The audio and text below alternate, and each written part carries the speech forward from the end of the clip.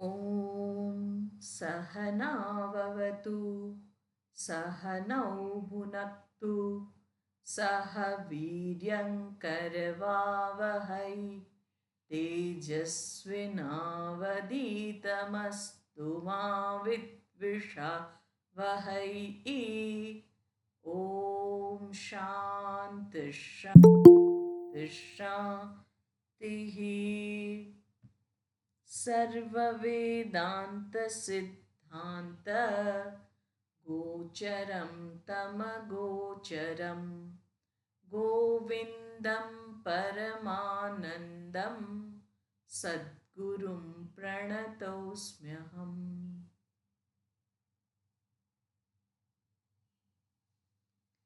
अन्नमय कोश આપણે નથી, એની જુદી જુદી યુક્તિઓ દર્શાવી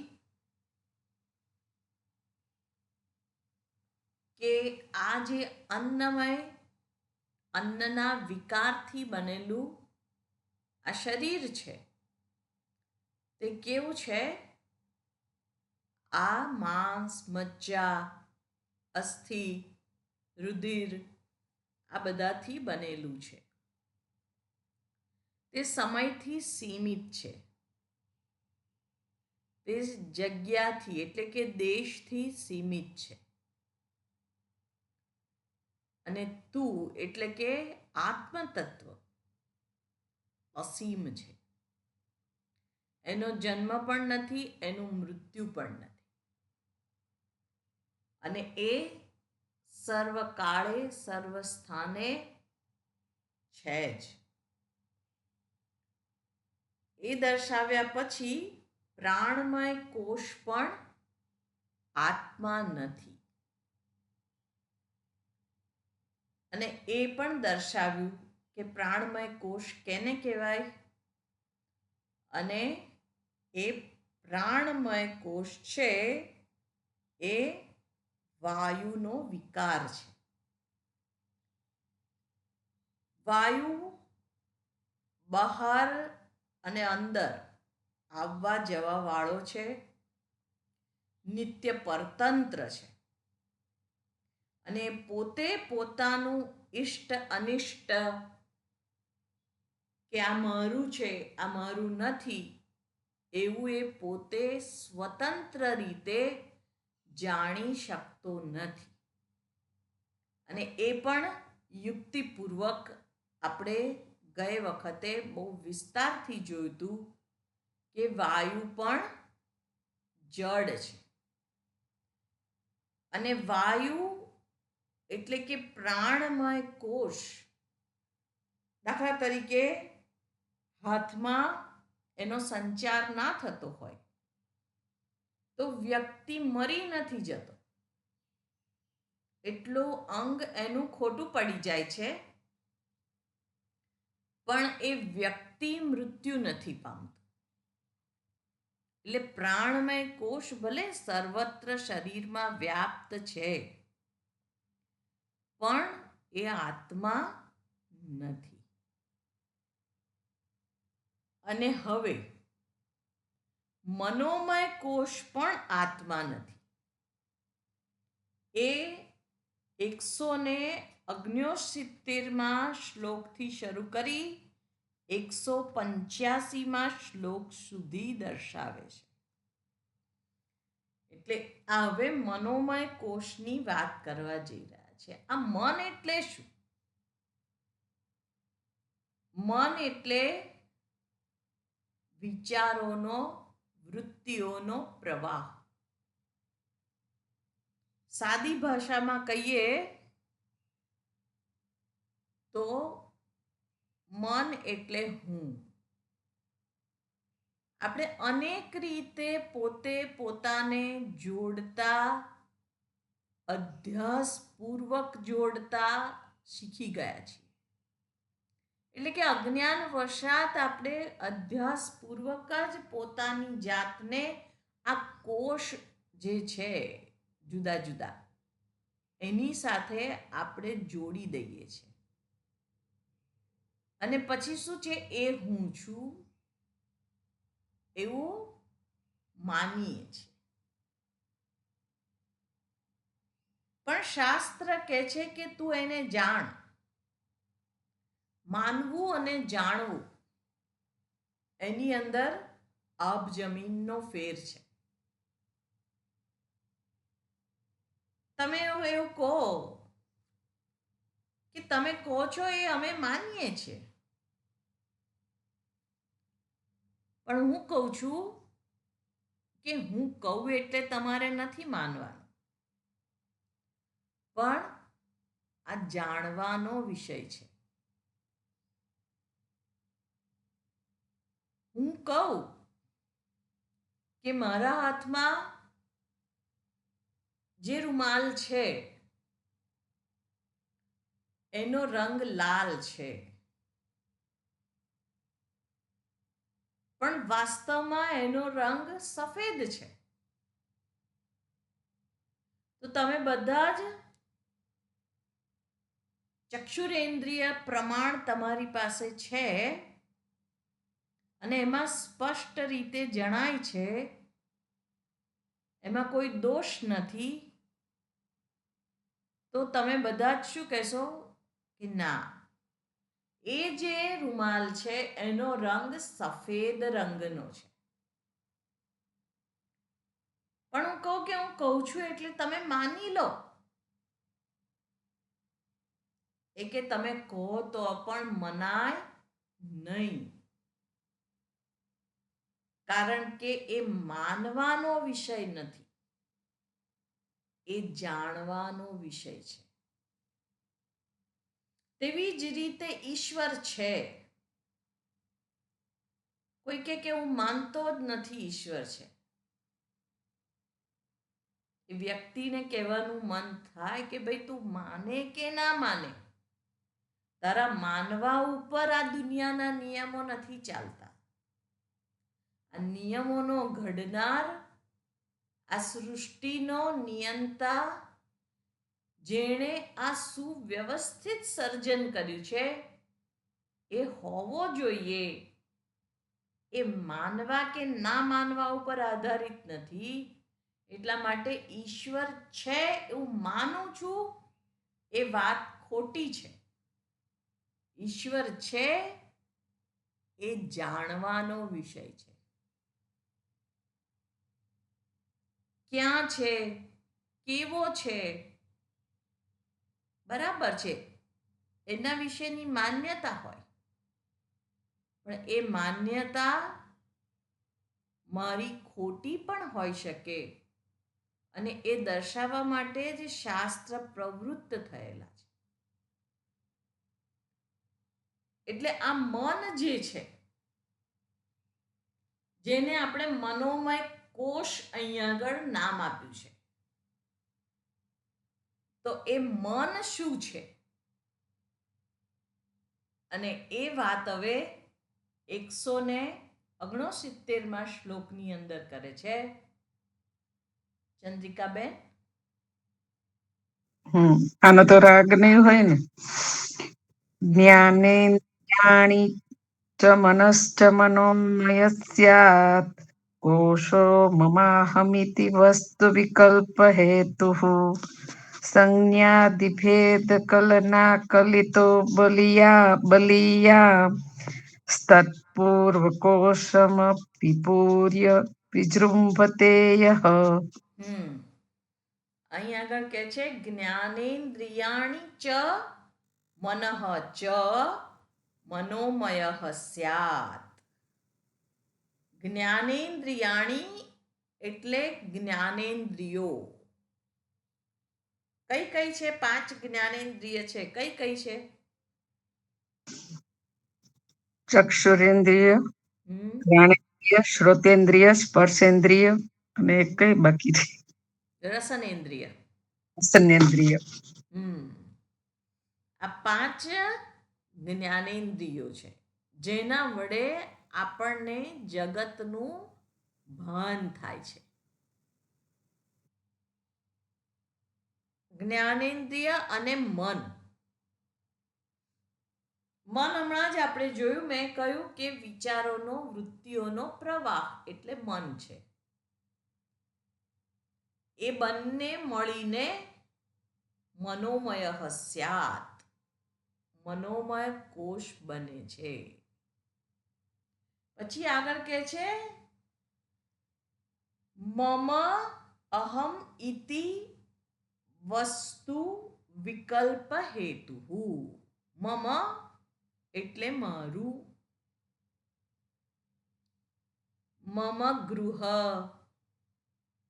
મમ કમ્પ્યુટર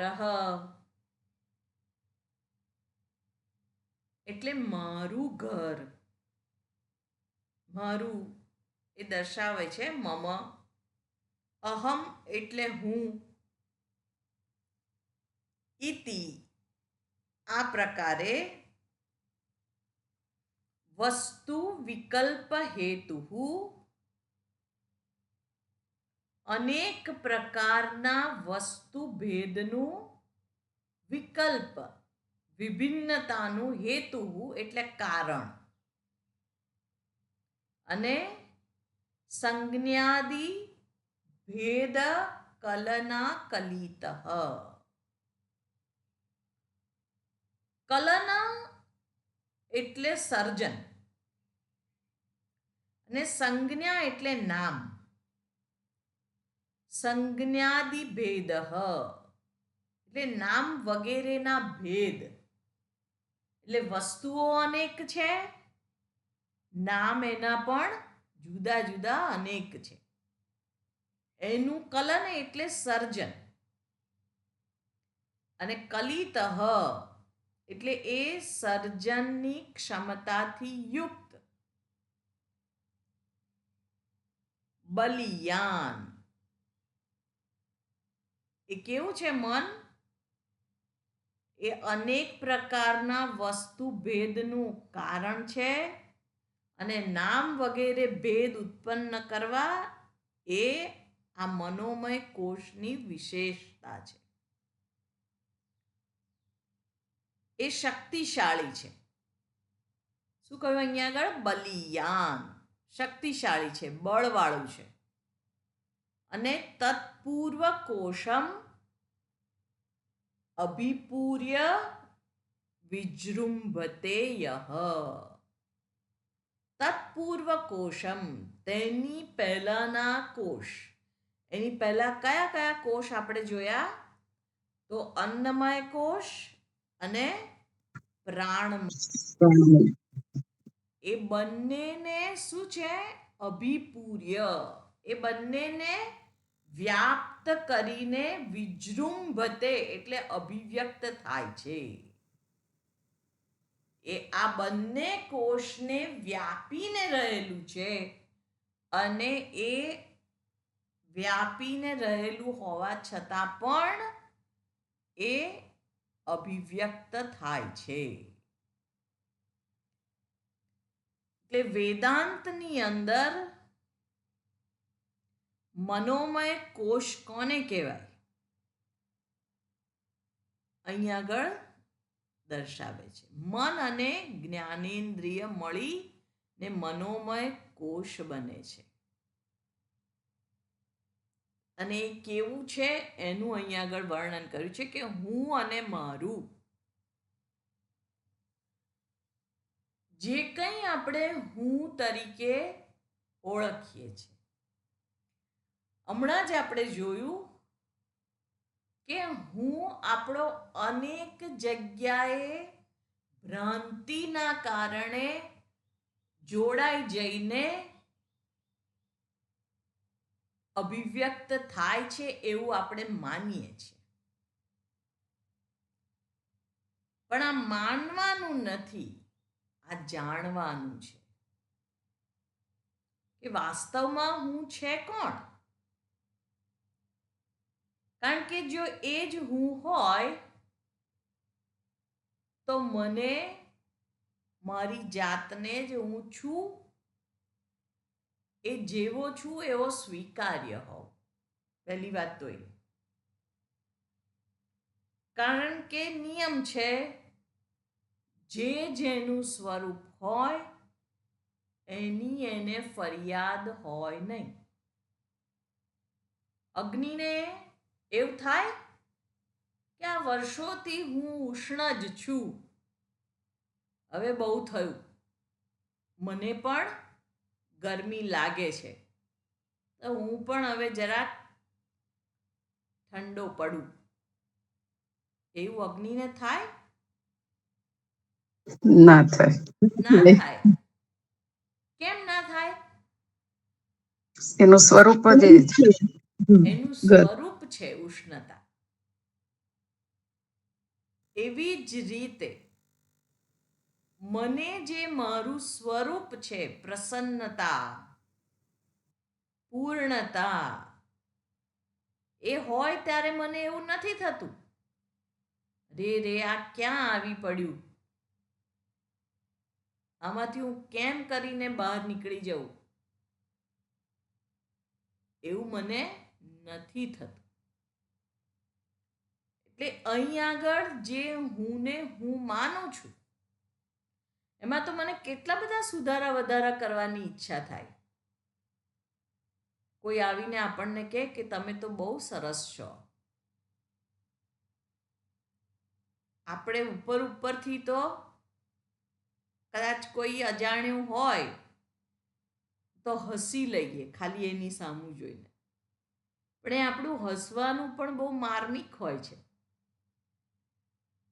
અને અંદરથી આપણે કહેતા હોઈએ છીએ કે ના હોય, ના હોય, તમે ધારો છો એટલો હું સારો નથી. અને પછી થોડાક આધ્યાત્મિક જીવનમાં આપણે શ્રવણ મનન કર્યા હોય તો થોડાક શાસ્ત્રિક શબ્દો આપણને આવડે, એટલે પછી આપણે શું કહીએ કે હું તો મનુષ્ય છું, એટલે હું તો મર્યાદાથી યુક્ત જ હોઉં, કારણ કે એ મર્યાદા સાથે જ મને અજ્ઞાન વશાત જ જન્મ મળેલો છે, નહીં તો જન્મ હોય જ નહીં. એવું બધું આપણે કહીએ. હું તો આમ છું, હું તો તેમ છું, તમે જાણતા નથી હું કેવો છું, તમે ધારો છો એટલો હું સારો નથી, એ બધું જ આપણે કહીએ છીએ. અને કહીએ છીએ એટલું નહીં, એવું જ આપણે પોતાના વિશે માનીએ છીએ. અહીંયા કેમ મેં કહ્યું જાણીએ છીએ, જાણી જોઈને જાણીએ છીએ શબ્દ પ્રયોગ નથી કર્યો, કારણ કે માન્યતા છે આ આપણી, અને આપણે જે માનીએ છીએ એના કરતા વાસ્તવિકતા જુદી છે, એટલે એને જાણવાની છે. પણ હુંને નથી ગમતો, કારણ કે હું જેવો છું એવો હું પોતાને નથી જોતો. એટલે આ હું, જેને હું ઓળખું છું, જેનું આ મને ગમે છે, આ મને નથી ગમતું,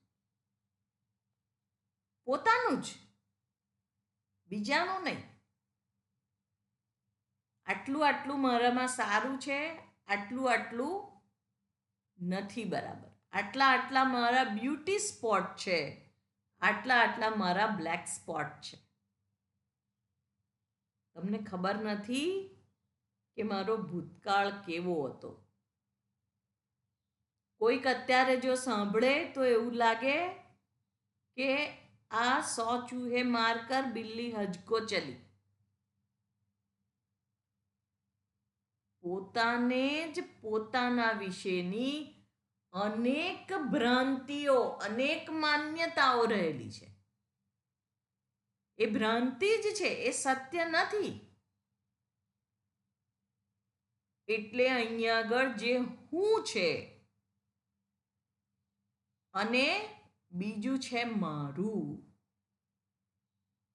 મારું પણ આપણે અનેક વસ્તુઓને માનીએ છીએ. હમણાં જ જોયું પ્રમાણે મારું ઘર, મારી પુસ્તક, તેવી જ રીતે મારું શરીર. આપણે કહીએ છીએ મારું, અને બીજો નિયમ એવો છે કે જે મારું હોય તે હું ના હોય. આપણે કહીએ મારું ઘર, ઘર એ હું છું? ના. મારું પુસ્તક, પુસ્તક એ હું છું? ના. મારી ગાડી, ગાડી એ હું છું? ના. તેવી જ રીતે આપણે કહીએ છીએ મારું શરીર, તો એ શરીર એ હું નથી. પણ આપણે માનીએ છીએ શું? આ શરીર એ હું જ છું. શરીરની બહાર હું નથી, એ પણ હકીકત છે. આપણો અનુભવ સિદ્ધ હકીકત છે. હા, હકીકત છે એટલે સત્ય નથી, પણ શરીરની બહાર હું નથી, એ મારી અનુભવ સિદ્ધ વાત છે. એટલે મને સ્પષ્ટ ખ્યાલ છે કે આવો આવો હું છું અને આટલો હું છું, અને આ એની સાથે સંબંધિત, એની સાથે સંકળાયેલું બધું મારું છે. હવે આ હું અને મારું એ વ્યવહારિક રીતે બોલવામાં કોઈ દોષ નથી, પણ આપણે એવું માની બેઠા છીએ, અને એ જે ભાવવાચક માલિકી ભાવ, એ ભાવની સાથે હું અને મારું, એને આપણે જોઈએ છીએ. એ મારો દ્રષ્ટિદોષ છે. એટલે કે મારી સમજણમાં ફેરફાર કરવાની જરૂર છે. એટલા માટે અહીંયા આગળ કહે છે કે એ મનોમય કોષનું કાર્ય છે. જેને હું કહું છું, જેને મારું માનું છું, તથા અનેક પ્રકારના વસ્તુભેદનું કારણ છે આ મનોમય કોષ. બહુ વ્યવસ્થિત રીતે જોઈએ તો કોઈ પણ કોષ છે એ હોવો એ દોષ નથી, કારણ કે એ તો આપણને જીવન જીવવા માટે સહાયક છે. આપણને એમ થાય કે આ બધી પંચાતા મન ના હોય ને તો ના હોય. મનોમય કોષને લીધે જ આ બધી અનેક પ્રકારની ભિન્નતા મને જણાય છે. આ હું મારું આ બધું મનોમય કોષમાં જ છે. એટલે મનને મારવાનું. એવું કે છે કેટલાય લોકો કે સાધના એટલે શું? મનને મારવાનું. એમાં મનને મારવું એ યોગ્ય નથી, એ રસ્તો નથી. શું રસ્તો છે એ પછી આપણે જોઈશું. પણ આ જે વસ્તુઓની અનેકતા, વિભિન્નતા આપણને જણાય છે, એનું કારણ શું છે? મન છે. તો એ તો સારું છે, કારણ કે આપણને દરેક વસ્તુ જુદી જણાય છે, એની ઉપયોગિતા જુદી જણાય છે, એની સાથે આપણે ડીલ કેવી રીતે કરવું એ પણ આપણને ખબર પડે છે. અત્યારે તો કેટલી બધી શોધો થઈ રહી છે. તો એ બધું મનને બુદ્ધિના આધારે જ છે. તો આ જે જણાય છે એ તો સારું છે, પણ એમાં જે મારાપણું, માલિકી ભાવ ઉમેરાઈ જાય છે અજ્ઞાનતાના કારણે, ત્યાં આપણે જરા સતર્કતા રાખવાની જરૂર છે. એ સાધના છે. સતર્કતા એ જ સાધના. મારા ગુરુજી અને એમના પણ ગુરુજી એક કહેતા.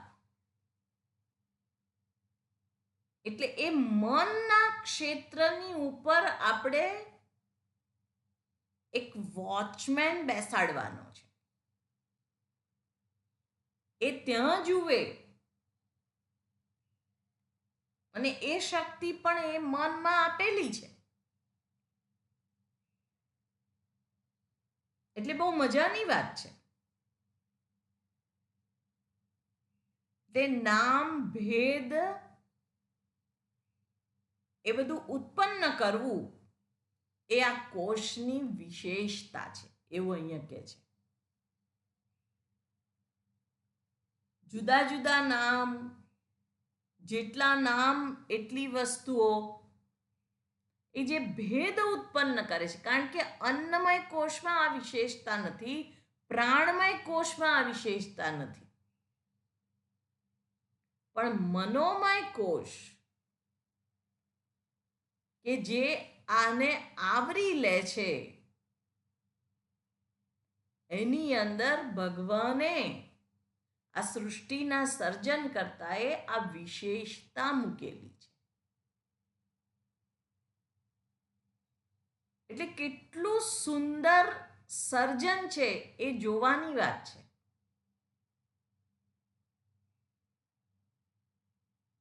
અને એ સર્જનને જોઈને મનની અંદર સુખ, આનંદ, કરુણા એની અભિવ્યક્તિ છે, એ પણ મનોમય કોષમાં જ થાય છે, બહાર કોઈ જગ્યાએ નથી થતી. એટલે આ જે મન છે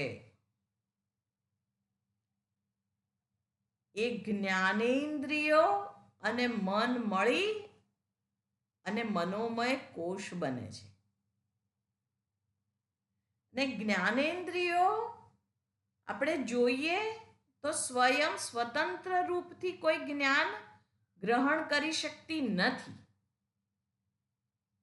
કોઈ પણ વસ્તુનું જ્ઞાન, અહીંયા કહ્યું ને કે વસ્તુઓની અનેકતા, એનું કારણ એ મન છે. તો જ્ઞાનેન્દ્રિયો સ્વતંત્ર રીતે એ ગ્રહણ નથી કરતી. તો કોઈ પણ વસ્તુનું જ્ઞાન મને કેવી રીતે થાય છે? શાસ્ત્ર સુંદર રીતે સમજાવે છે કે આ મન જે છે એ જ્ઞાનેન્દ્રિય દ્વારા વસ્તુ સુધી પહોંચે છે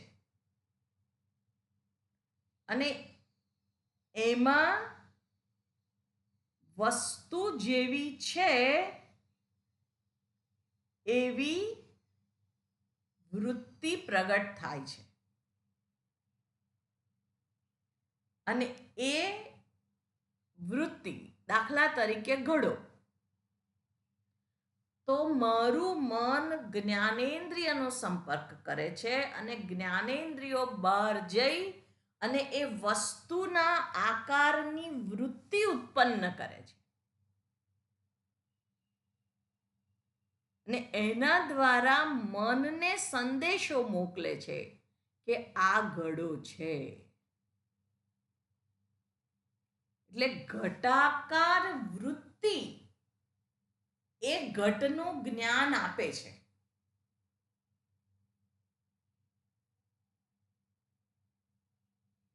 કંઈક સંભળાયું,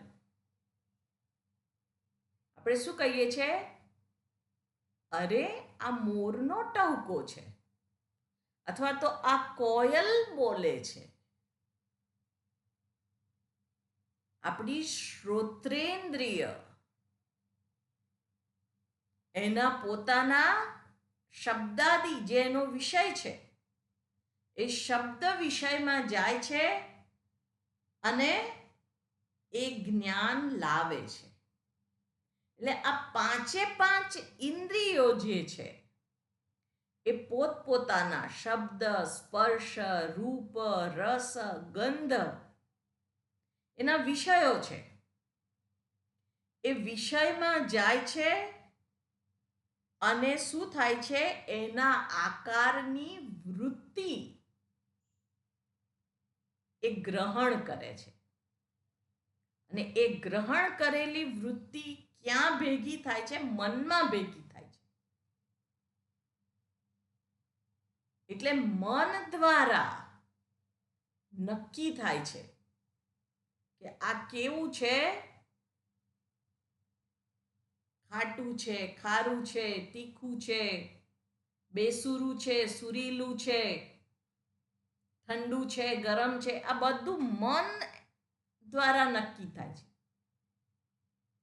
એટલે કઠોપનિષદમાં બહુ સુંદર વાત કરેલી છે. ઇન્દ્રિયેભ્ય પરાહ્યર્થા અર્થેભ્યશ્ચ પરમ મનઃ મનસસ્તુ પરા બુદ્ધિર. એટલે ઇન્દ્રિયેભ્ય પરાહ્યર્થા, અર્થ એટલે વિષયો, ઇન્દ્રિયો કરતા સૂક્ષ્મ એના વિષયો છે, જે બાહ્ય જગતના પદાર્થો, જેને આપણે વિષય કહીએ છીએ, ઇન્દ્રિયોથી પર છે. અને એ વિષયોનું જ્ઞાન જે છે એ એનાથી પણ સૂક્ષ્મ મનમાં એકત્રિત થાય છે. અને આપણે જોઈએ છે કે આપણે ચક્ષુરેન્દ્રિય પાછળ જો આપણું મન ના હોય, તો એવું હોય મન બીજે કશેક હોય તો હાથી જેવો હાથી દેખાતો નથી. લોકોને એક્સિડન્ટ થયેલા છે. આપણે કહીએ આંખ છે કે કોડા, કેમ? તો આટલો મોટો હાથી ના દેખાયો તને?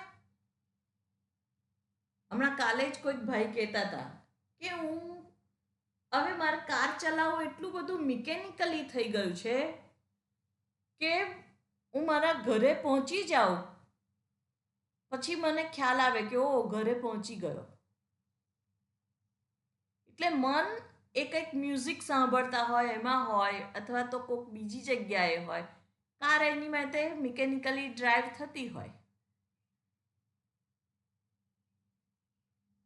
એટલે કહેવાનો મતલબ એ છે કે મન, આ જે જ્ઞાનેન્દ્રિયોનું જ્ઞાન છે એ ક્યાં એકત્રિત થાય છે? મનમાં.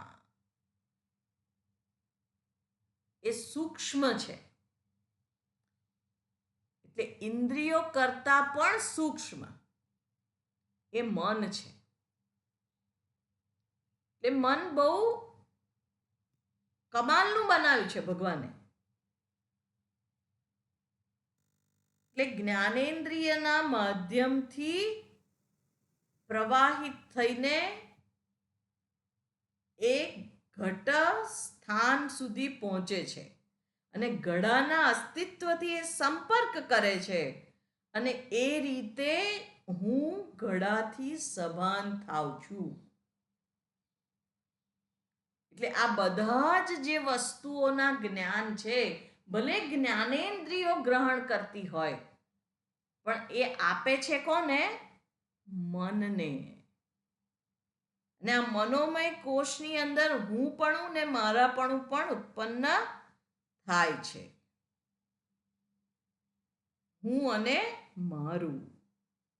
અને જ્યાં આગળ આ હું અને મારું જે ઉત્પન્ન થાય છે, ત્યાં આગળ આપણે જોઈએ છે કે આ અહમ ભાવથી અને મમ ભાવથી આપણી શાંતિ અવરોધાય છે. કારણ કે જ્યાં મારું થયું ત્યાં આગળ એને સાચવી રાખવાની ચિંતા છે.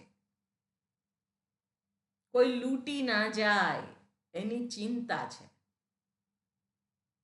મારામાંથી ખોવાઈ જાય એની બિનસલામતી છે. બીજાનો હીરાનો હાર પડી ગયો તો મને કાંઈ નથી થતું. કાંઈ એનું દુઃખ જોઈને થોડી વાર માટે મને સહાનુભૂતિ પ્રગટ થાય, પણ પછી કાંઈ નહીં. અને મારું, મારા પ્રિય પાત્રએ એમણે આપેલી વીંટી હતી આ તો. અને આપણે રડવા બેસીએ.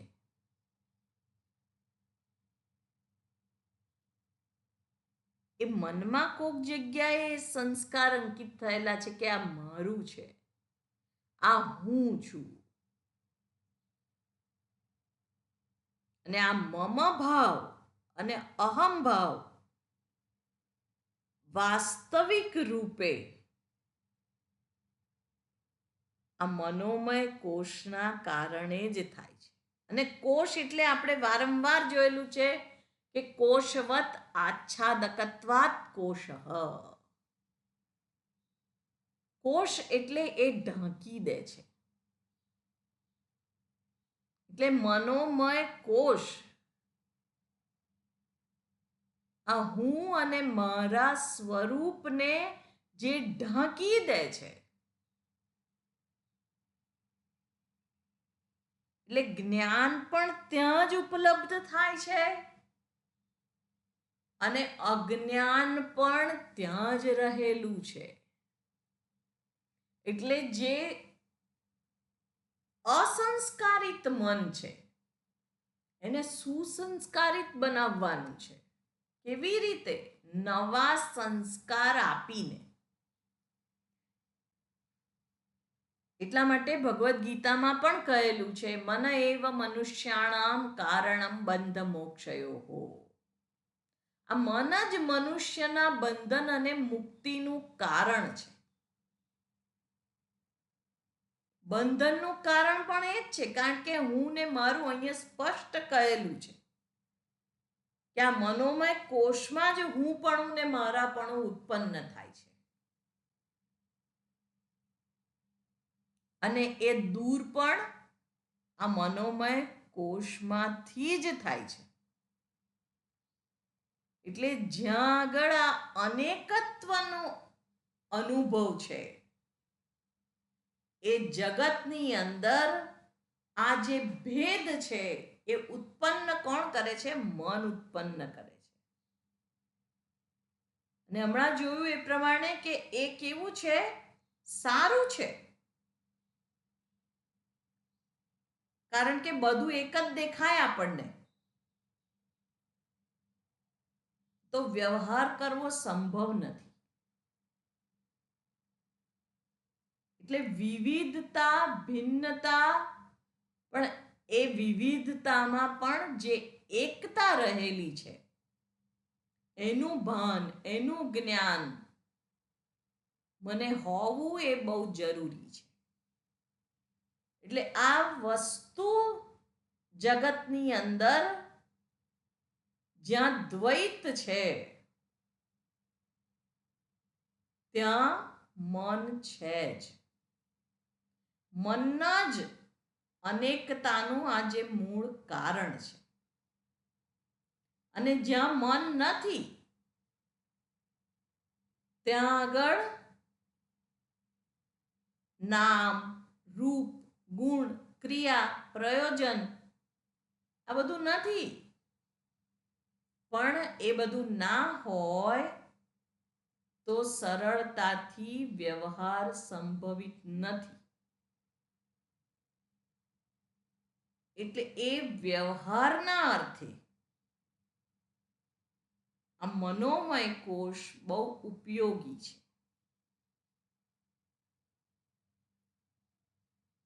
અને મનોમય કોષ છે એ આપણે ધ્યાનમાં રાખવાનું છે કે આ કોષ છે. અને એ કોષ જે છે એટલે કે એ જે ક્ષેત્રની અંદર મને જે દર્શાવે છે એને હું પરમ સત્ય માની લેવાની ભૂલ ના કરું. એટલે વ્યવહારને વ્યવહાર પૂરતું મહત્વ આપ્યું. જીવનની અંદર બધી જ વસ્તુઓનું મહત્વ છે, કંઈ નકામું નથી. મને જે મળ્યું છે એમાંથી પણ, બીજાને જે મળ્યું છે એમાંથી પણ ભગવાનની સૃષ્ટિ છે આ. અને ભગવાનની સૃષ્ટિમાં કંઈ જ નકામું નથી અને કંઈ કામનું રહી ગયેલું નથી. પૂર્ણમિદમ, આ કેવું છે? પૂર્ણ છે. એટલે આ મનોમય કોષને ઓળખી અને વ્યવહારને વ્યવહાર પૂરતું મહત્વ આપવાનું હોય છે. કારણ કે મનનો નાશ, મનનો નાશ, મનનો અભાવ સંભવ જ નથી. તમે એવું થાય કે આ વિચારોનો નાશ કરવાનો છે એટલે તમે સમાધિમાં ચાલ્યા જાઓ. સમાધિ પણ રમત વાત નથી. અષ્ટાંગ યોગની અંદર સમાધિ અંતિમ પગથિયું છે. પહેલા યમ, નિયમ, આસન, પ્રાણાયામ, પ્રત્યાહાર, ધારણા, ધ્યાન અને છેલ્લે સમાધિ આવે છે. એટલે એ પણ કંઈ રમત વાત નથી. છતાં પણ તમે બધું કરી અને તમને એવું થાય કે આ મનનો નિરોધ કરવો છે મારે અને હું સમાધિમાં ચાલ્યો જાઉં ને સમાધિમાં તમે બેસી જાઓ. કેટલા વર્ષો, 100 વર્ષ સમાધિ તમને લાગી જાય, પણ 100 વર્ષ પછી આંખ ખુલે ત્યારે આ દ્વૈત જગતમાં જ તમે પાછા હોવાના છો. અને એ જ મન તમારી સાથે હોવાનું છે. એટલે મનને સુસંસ્કૃત કરવાનું, મનને એના પોતાના સ્વરૂપનું જ્ઞાન આપવાની જરૂર છે. એ રીતે મનનો નાશ કરવાનો છે. મનનો નાશ સંભવિત જ નથી. અને મનની જુદી જુદી અવસ્થાઓ છે. ક્ષિપ્ત મન, વિક્ષિપ્ત મન, મૂઢ મન, એકાગ્ર મન.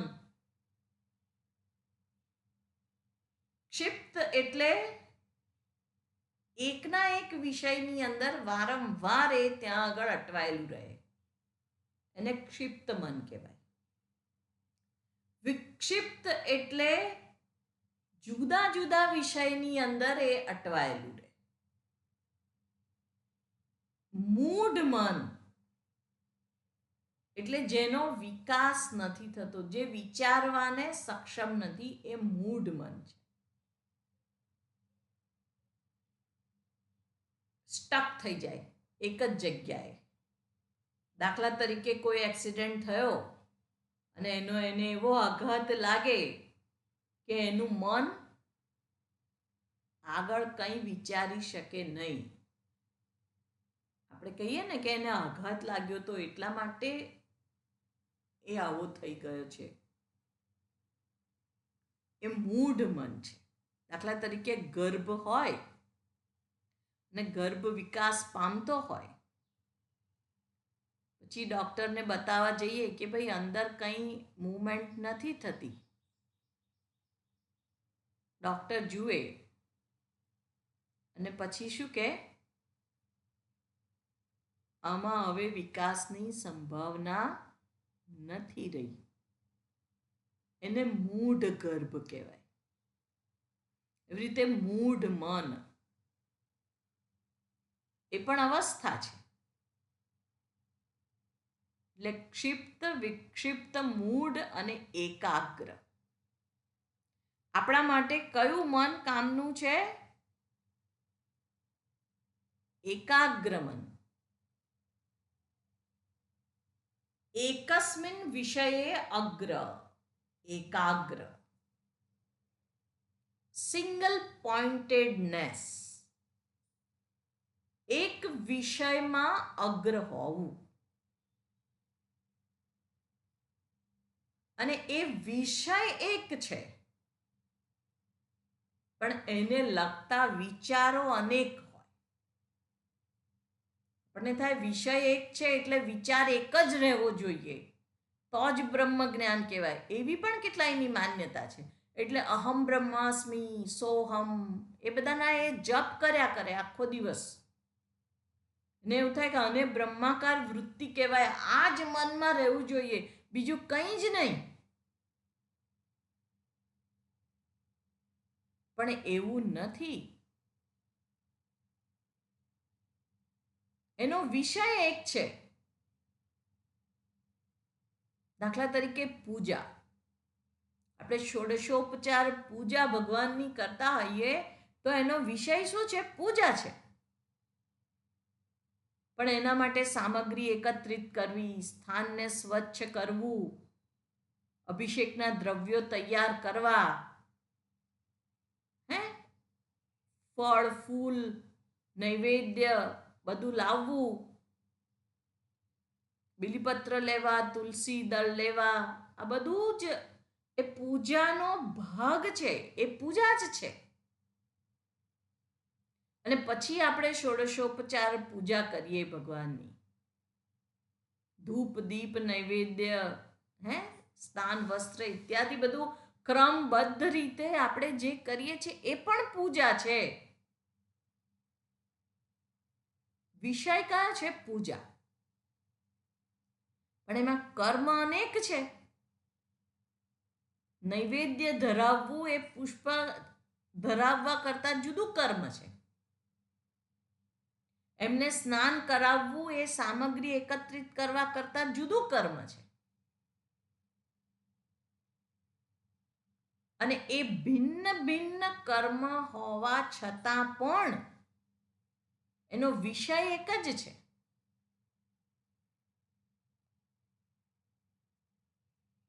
એટલે મન જે છે એ કેવું છે? આ બધાનું સંકલન કરે છે.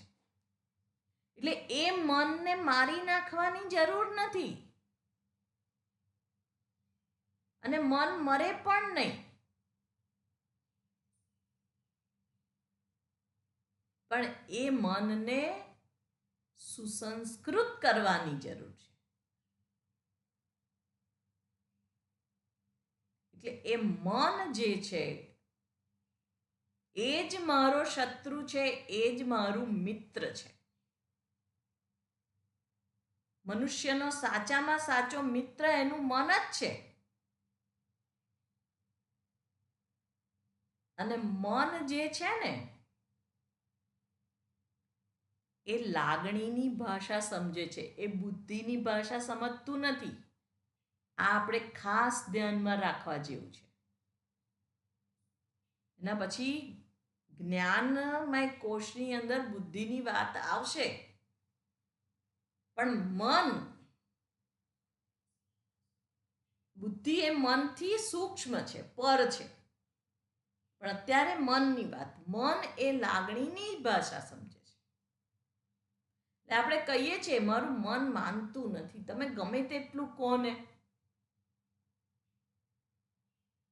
એટલે બુદ્ધિથી હું કન્વિન્સ થઈ જાઉં કદાચ, પણ મન જે લાગણી છે એટલા માટે જ હેન્ડલ વિથ કેર, એને બહુ જ શાંતિથી એની સાથે વાત કરવા જેવી છે. એટલે આપણે બધાએ જે પણ કોઈ પ્રશ્ન ઊભો થાય તો એ પ્રશ્નની અવગણના કરવા જેવી નથી, પણ એ પ્રશ્નનું સમાધાન કરવાનું.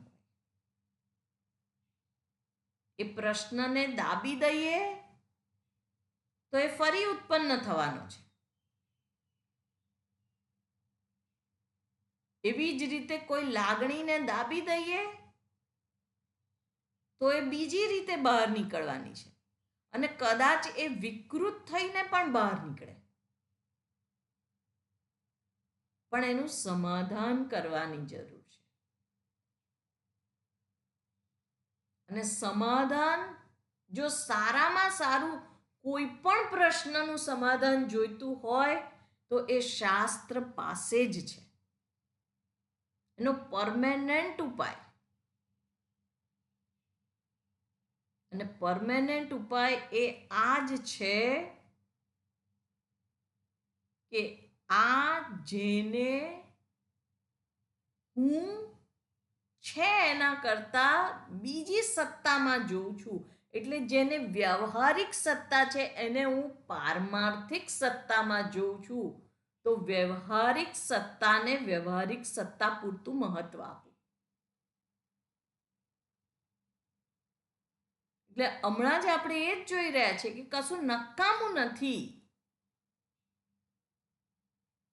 મનની જે અગાધ શક્તિઓ છે એ નકામી નથી. એ લાગણીની ભાષા સમજે છે એ નકામું નથી. ભગવાનનું સર્જન ચોક્કસ વ્યવસ્થિત ઈરાદા પૂર્વકનું છે. એટલે એમાં કોઈ ભૂલ નથી. આપણને એમ થાય કે આ ભૂલથી ભગવાને મનને આવું બનાવ્યું. ભૂલથી નથી બનાવ્યું. ચોક્કસ એના નિયમ પ્રમાણે સુંદર સર્જન કરેલું છે. અને આપણે એ પણ જાણવું જોઈએ કે આ મન એવું નથી આપણે વિચારતા, હું જ મન થઈ જઈએ છીએ.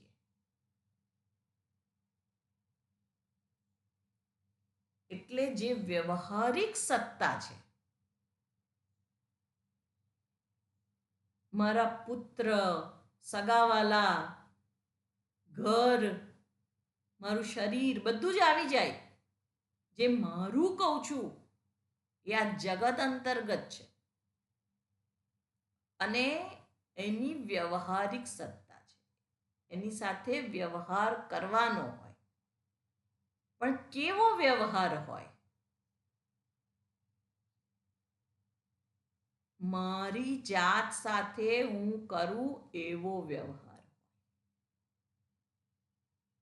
આત્મૌપમ્યેન સર્વત્ર સમમ પશ્યતિ યોર્જુન સુખમ વા યદિ વા દુઃખમ સયોગી પરમો મતઃ. મન કેવું હોય આપણું? બીજાને જે કંઈ તકલીફ છે એને સહૃદયતાપૂર્વક આપણે જોઈએ અને એમાં શું કરી શકીએ તે સહાય કરવાને તત્પર બનીએ.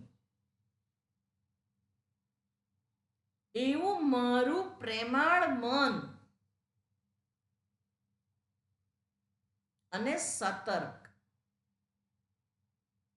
સાથે સાથે જાણીએ કે આ વ્યવહાર પૂરતો છે. પારમાર્થિક રૂપે તો એક પરમેશ્વર જ પ્રગટ થયા છે.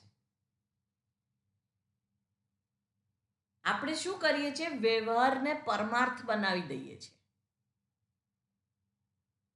એટલે વ્યવહારની અંદર કોઈએ આપણું અપમાન કર્યું કે કોઈએ આમંત્રણ ના આપ્યું તો એ આપણા માટે બહુ મોટો પ્રશ્ન બની જાય છે. કારણ કે એ પરમાર્થ થઈ ગયો, આપણો પતી ગયું, બસ. પણ વ્યવહારને વ્યવહાર તરીકે જોવાનો હોય કે એણે અપમાન કર્યું, સો વોટ? એનાથી શું થઈ ગયું? એને કોઈક પોતાની આંતરિક પીડા હશે જે ક્રોધ રૂપે મારી ઉપર અભિવ્યક્ત થઈ છે. આ સમજદારી મેં મારી પોતાની બનાવી હોય અને એ મનથી જ સંભવ છે. મન એ બહુ મોટું સાધન છે આપણી પોતાની સર્જરી કરવા માટેનું. આપણે જ આપણા સર્જન છીએ. આપણું જ ઓપરેશન આપણે કરવાનું છે. અને આ પરિપક્વ મન વડે જ એ સંભવિત છે. નહીં તો આપણે જડ હોઈએ, અને આપણે જડ નથી, આપણે મનુષ્ય છીએ, આપણે લાગણીશીલ છીએ. અને એ બધું જ ક્યાં છે? મનોમય કોષમાં છે. અને મન જ એ ચિંતન કરવા માટે, એ જ્ઞાનની પ્રાપ્તિ માટે ખૂબ મહત્વનું સાધન છે. એટલે શાંત મન, પ્રસન્ન મન, આપણે કહીએ છીએ ને કે મોટું મન રાખીને એને માફ કરી દે ને, વાત સાચી છે. મોટું મન, કારણ કે એ જ મનનું સાચું સ્વરૂપ છે. જેનું સ્વરૂપ હોય એની ફરિયાદ એને ના હોય. જ્યારે આપણે આ રીતે આવા મનથી સમષ્ટિ સાથે સંકળાઈએ છીએ, ત્યારે આપણને કદી ફરિયાદ હોય છે? ના હોય. દુઃખ થાય છે? ના, સુખ થાય છે. અને એ જ મનનું સાચું સ્વરૂપ છે. એટલે જે મન આપણને આપેલું છે, એની સાથે સાથે એ મનની અગાધ શક્તિ પણ આપેલી છે કે એના કારણે હું એ મર્યાદામાંથી બહાર નીકળી જ શકું. અને વિશેષ આપણે આવતીકાલે જોઈશું. ઓમ પૂર્ણમદ પૂર્ણમિદં પૂર્ણાત પૂર્ણમુદચ્યતે પૂર્ણસ્ય પૂર્ણમાદાય પૂર્ણમેવાવશિષ્યતે. ઓમ શાંતિ શાંતિ શાંતિ. હરિ ઓમ. શ્રી ગુરુભ્યો નમઃ. હરિ ઓમ.